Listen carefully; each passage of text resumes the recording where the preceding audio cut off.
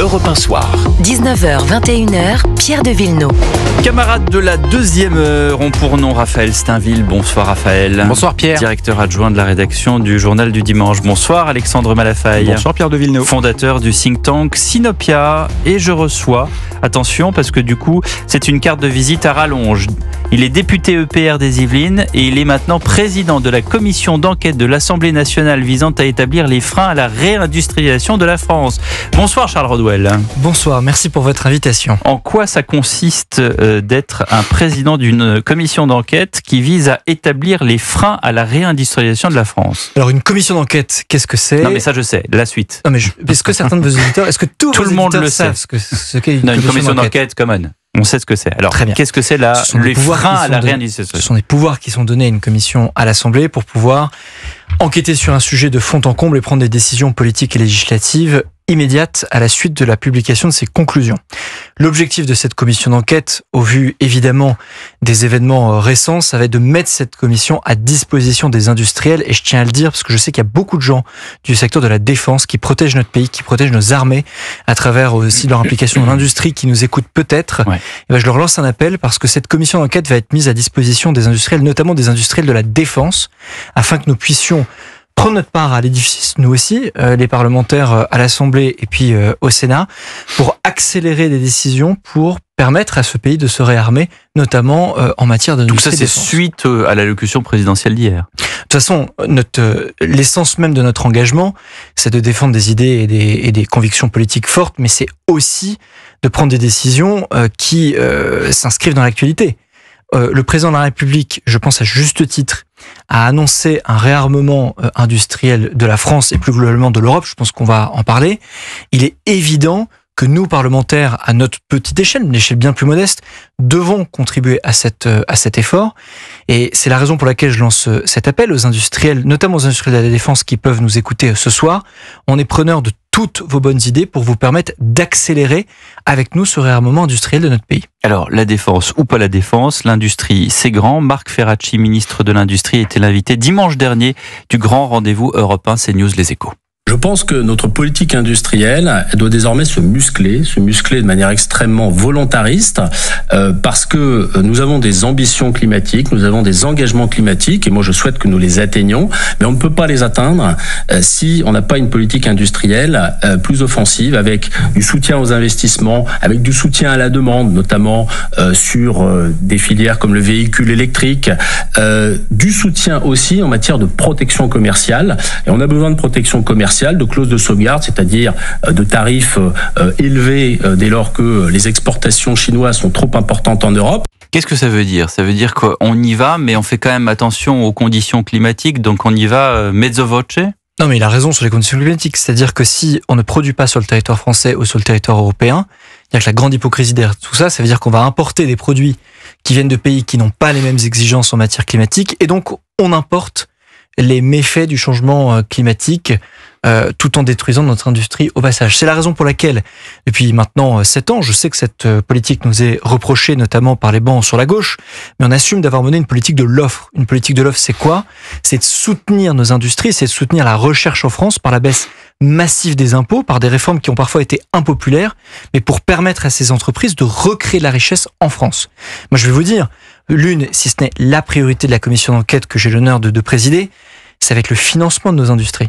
Parce que si on ne finance pas la production en France, si on ne finance pas par l'achat, comme le mentionnait le ministre, ou par l'implantation de ces entreprises, ça sert à rien de parler d'industrie sur le territoire français.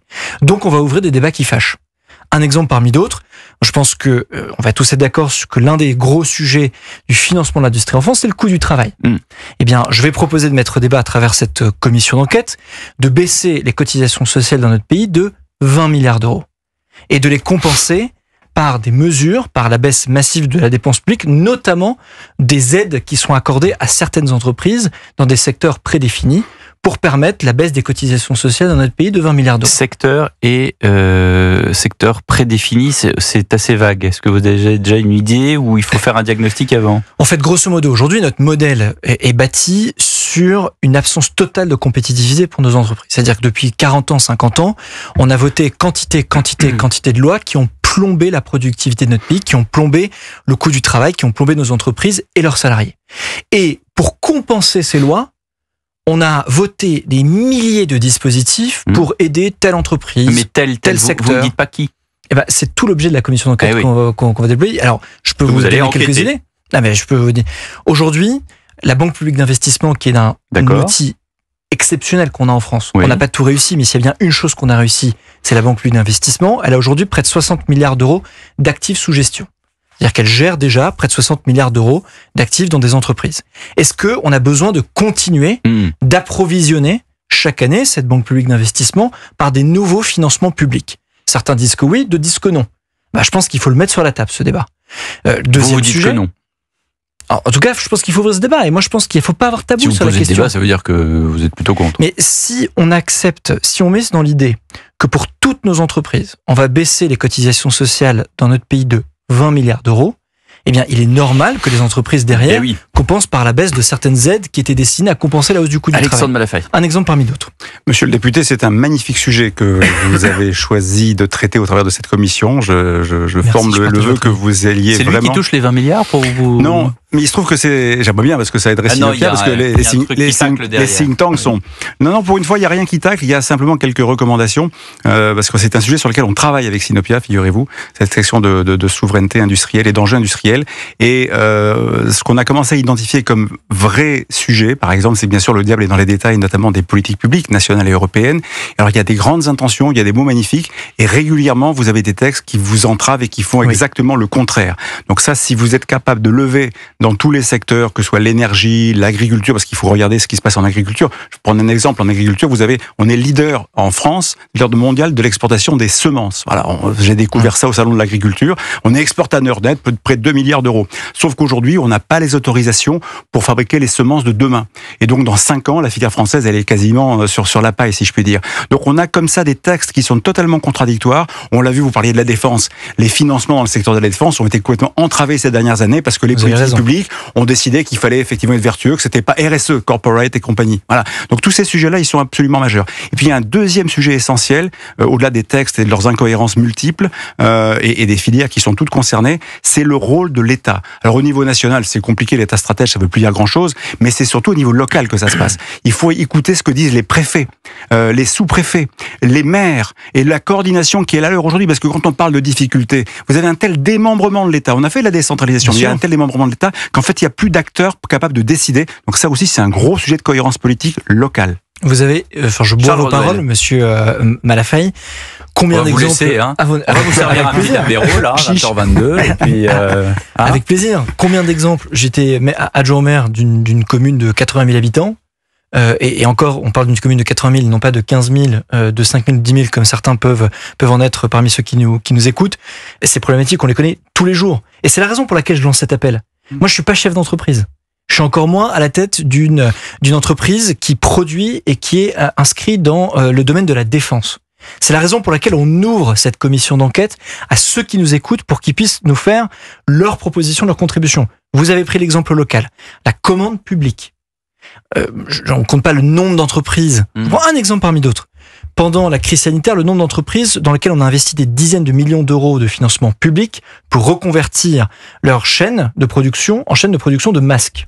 Et ensuite, derrière, quand elles postulent à des centrales d'achat du ministère de la Santé ou même d'ailleurs du ministère des Armées, elles perdent des contrats à 1 centime près par masque au profit d'industries chinoises. Et donc voilà des capitaux publics qui ont été perdus et des entreprises qui ont été mis dans la panade à cause de règles, mais honnêtement, totalement délirantes. Voilà typiquement le genre de sujet où si nous, parlementaires, on n'échange pas avec les industriels qui viennent nous rencontrer et qui viennent nous rencontrer dans le cadre de ces commissions d'enquête, on ne peut pas faire bouger les choses. En revanche, s'ils viennent nous voir, s'ils viennent avec leurs difficultés et leurs propositions, je m'engage vraiment, sincèrement, et je pense que je m'engage vraiment au profit, avec la voix de tous les membres de cette commission d'enquête pour faire bouger les choses au plus vite. Raphaël Steinville. Oui, d'abord une petite précision, parce que cette commission, elle est à l'initiative de parlementaires du Rassemblement national.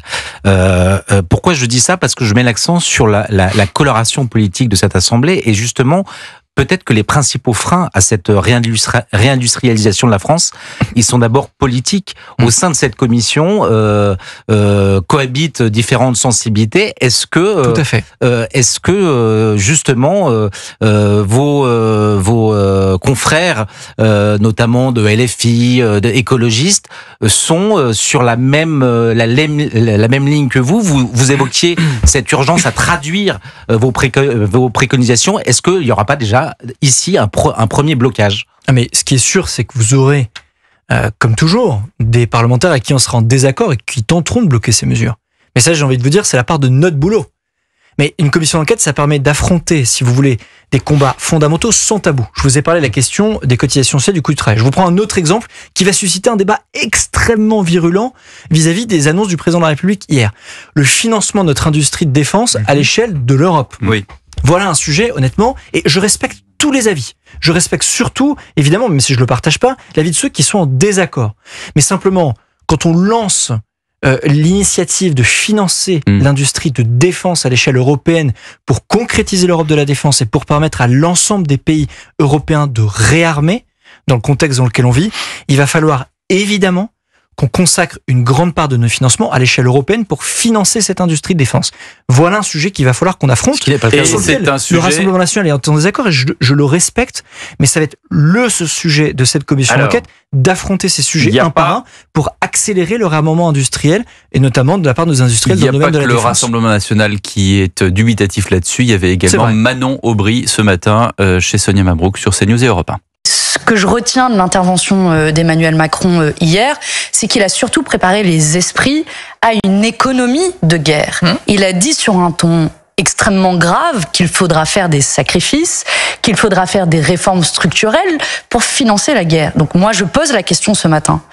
S'il refuse d'augmenter les impôts des plus riches pour financer la guerre, alors quels vont être les sacrifices sociaux qui vont en découler? Est-ce qu'on va demander aux Françaises et aux Français de travailler jusqu'à 70 ans comme le veut le président du MEDEF? Est-ce qu'on va prendre de l'argent dans nos hôpitaux, dans nos écoles, dans notre système de protection sociale? Qu'est-ce que vous lui répondez, Charles Rodwell? Moi, je lui réponds que dans ce moment de grande tension, dans toute l'histoire de notre pays, il y a toujours eu une cinquième colonne qu'il faut combattre. Et moi, je considère que la cinquième colonne aujourd'hui dans notre pays, c'est la France insoumise. Et ils n'en sont pas à leur ballon d'essai. Moi, je constate très simplement que les positions que la France insoumise a pu prendre sur d'autres conflits géopolitiques qui ont pu toucher notre pays de près ou de loin. Je pense bien sûr aux attentats terroristes, à l'antisémitisme, à la guerre que le Hamas mène contre Israël et contre une part de notre civilisation. On a entendu LFI à bien des maintes reprises qui est un sujet différent de celui-ci. Ce que le président de la République a dit hier, c'est que évidemment, si on passe du budget, notre budget de la défense de 30 milliards à 55 milliards d'euros aujourd'hui, puis à 90 milliards d'euros dans quelques années, il va falloir faire des économies ailleurs. Il va surtout falloir transformer une partie de notre modèle social. Je vous prends un exemple parmi d'autres. La retraite par capitalisation. Oui. Moi, j'assume, et c'est une position qui n'est pas partagée par tous, que la retraite par capitalisation, c'est le meilleur moyen de protéger la retraite des Français, parce que la retraite par répartition nous envoie dans le mur. C'est un système de Ponzi, parce que du fait de l'état démographique de notre pays, c'est un peu violent, mais c'est un peu vrai. La retraite par capitalisation nous permet non seulement de protéger la retraite des Français, on aurait dû la mettre en place il y a 30 ans. Voilà. Tout à fait d'accord avec vous. Merci. Mais il n'est jamais trop tard. Moi, je suis député depuis 2 ans. C'est pas le modèle social français. Il y a trop de je n'étais pas né, malheureusement. Si vous voulez rester encore quelques minutes, vous pouvez, mais on va d'abord passer une pub, comme on dit, et annoncer que Cyril Hanouna vous donne rendez-vous tous les jours sur Europe 1 de 16h à 18h pour On marche sur la tête, et que vous pouvez l'appeler au 01 80 20 39 21. À suivre, le rappel des titres de l'actualité, et Charles Rodwell a encore beaucoup de choses à nous dire. À tout de suite sur Europe 1. Europe 1 soir. 19h, 21h, Pierre de Villeneuve. Normalement, on dévoile pas les coulisses, mais il y a eu quand même un espèce de LOL MDR énorme là, au moment où Maël Hassani disait qu'il y avait une discussion courtoise, chaleureuse avec la... Qui vous a fait rire? Parce qu'on imagine un appel chaleureux avec Donald Trump, compte tenu de la manière dont en général il traite les gens. La chaleur fait pas partie de sa façon de faire. Et attendez, vous vous souvenez pas de Rocketman? Oui, c'est vrai. Attendez, c'est Rocketman un jour et le lendemain, c'est son meilleur ami du monde. Il lui envoie des lettres d'amour, je l'aime, etc. Kim Jong-un, enfin, on s'en souvient. D'ailleurs, c'est ce qu'il a fait avec Zelensky il y a peu de temps. Il est binaire. L'avoir traité de dictateur, il disait que c'était le meilleur président que l'Ukraine ait connu avant de se retourner quelques jours plus tard. Qu'il n'avait pas les cartes et qu'il n'avait pas le jeu, exactement. Il me dit que Kim Jong-un, la seule personne que Kim Jong-un devait assassiner, c'était son coiffeur. Ce qui est pas faux. Alors, où est-ce qu'on en était dans nos échanges? C'est Alexandre Malafaille qui posait une question à Charles Rodwell sur justement la retraite par capitalisation. On en était resté un peu au milieu du guet là-dessus. Alors, d'ailleurs, Charles Rodwell, j'aimerais avoir votre opinion là-dessus en tant que parlementaire. Comment se fait-il qu'on soit, j'allais dire, au moins 3, je ne sais pas quelle est la position de Raphaël Stainville là-dessus, ultra favorable à cette retraite par capitalisation qui, si on fait un sondage, on devrait d'ailleurs demander à CSA de nous faire un sondage JDD, CNews, Europe 1, et je regarde Raphaël là-dessus, sur qu'est-ce que vous pensez de la retraite par... Je pense qu'il y aurait un tollé, c'est-à-dire qu'on est tellement ancré dans un modèle social, j'allais dire presque figé en France, de la retraite par répartition, qu'aujourd'hui ça ferait un flop. Pourquoi une telle dichotomie, j'allais dire, Charles Rodwell, à votre avis ? En tout cas, à l'Assemblée nationale, je pense que la dichotomie vient du fait que bien souvent, on ne débat pas sur la réalité, la vérité des données, des chiffres qui nous sont transmis en la matière. Pourquoi ? Parce qu'on veut pas voir les chiffres. On dit de toute façon, ces chiffres sont bidons. Moi, je vais vous dire, je respecte l'avis de ceux qui disent qu'il faut maintenir le régime par répartition et qu'il va falloir le compenser en augmentant la dépense publique ou en augmentant les impôts. C'est-à-dire que, en fait, le problème fondamental de notre système, de notre régime de retraite aujourd'hui, c'est qu'on a moins de personnes qui travaillent et plus de personnes qui sont à la retraite. Et comme chacun d'entre nous avons moins d'enfants qu'avant, eh bien, à terme, notre régime de retraite, et même déjà aujourd'hui, mais ça va aller en s'aggravant, est structurellement déficitaire. C'est-à-dire qu'il ne pourra pas sortir de son déficit. Oui, mais il est structurellement déficitaire parce que précisément des choix ont été faits, voilà, des années de privilégier ou plutôt d'abandonner, de sacrifier les politiques familiales qui auraient pu permettre à ce système de rester équilibré. Depuis, alors il y avait déjà des déficits auparavant, mais c'est vrai que ce virage pris notamment sous François Hollande a eu des conséquences. Vous avez raison.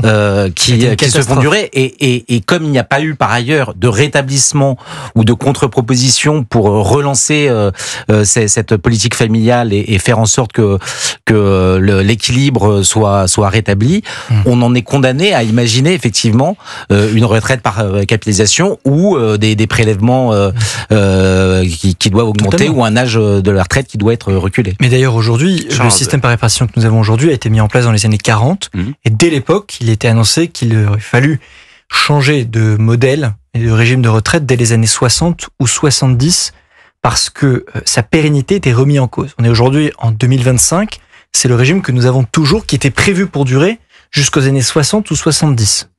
Et donc, on a deux choix, c'est exactement ce que vous venez de dire. Soit on garde le même, mais dans ce cas-là, on accepte d'y consacrer toujours plus d'impôts, toujours plus de dépenses, toujours plus de déficits pour combler un trou qui va aller qu'en s'agrandissant, soit on change de modèle.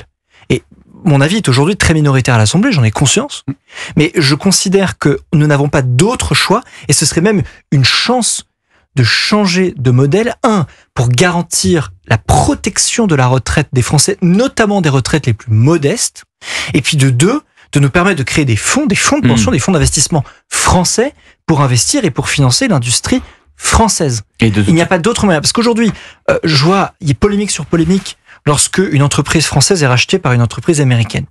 On a ces exemples-là tous les mois. Et je suis le premier à le déplorer.